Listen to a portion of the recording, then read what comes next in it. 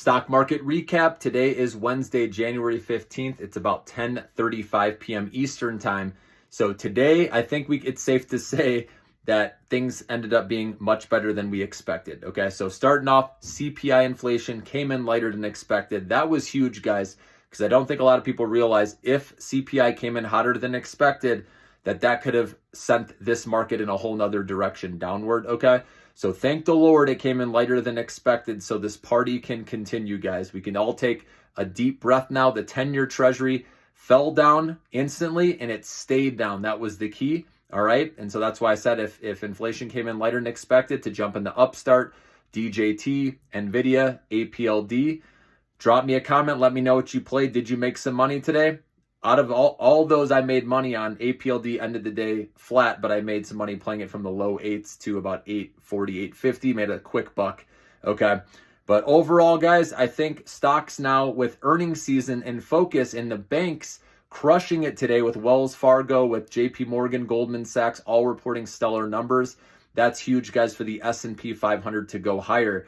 Remember, we need the financials to lead for the S&P to go higher and continue to go higher. So that was huge today, guys. So another catalyst. So CPI inflation lighter than expected, bank earnings solid to get people hopeful that earnings are going to continue to be good here moving forward. And then we also have inauguration day coming up. So I think stocks can continue to go higher up until January 27th, because that's when the Fed has their next meeting. And if they decide to pause, obviously that'll have an effect on the stock market temporarily. If they decide to cut again, obviously the risk on rally is going to continue, okay? But tomorrow is retail sales, okay? Now, some people ask, do the wildfires have an effect on this?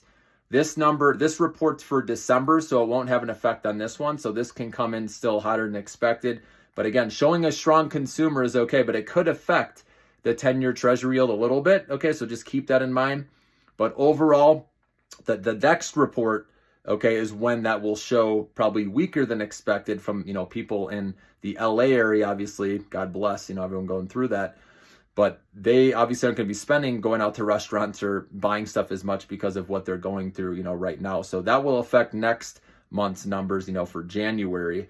And then that could feed into, hopefully, the Fed maybe deciding to cut rates, okay? Or the 10-year treasury yield, could fall with that. So anyways, that's down the road, but I just want to let you know on that because I got some comments on that. But overall, like I said, I think you can play stocks here for a bit, guys. There are some catalysts with earnings. I would wait for those earnings reports that beat guidance, most importantly, guys, because if a company beats but they lower guidance or even just reaffirm, it's not enough, right, to get that catalyst to continue to go higher. So I always look for the companies that raise their guidance and jump into those, and you can play those guys here, through inauguration day. And like I said, up till, if you're swing trading, again, short-term traders, up till January 27th, that's the next Fed meeting decision, okay? Obviously, long-term investors, just keep feeding those millionaire maker stocks, right, on the dips, which I alert you guys when I'm doing that. I buy a little at a time, and that's going to look beautiful down the road, guys, with these names that we have in there, okay? So if you're not a member yet, hopefully you know the reasons why, okay? It's going to benefit you huge, guys, okay? Whether you're a short-term trader or a long-term investor, I got your back. So enjoy your night, and let's keep making some money.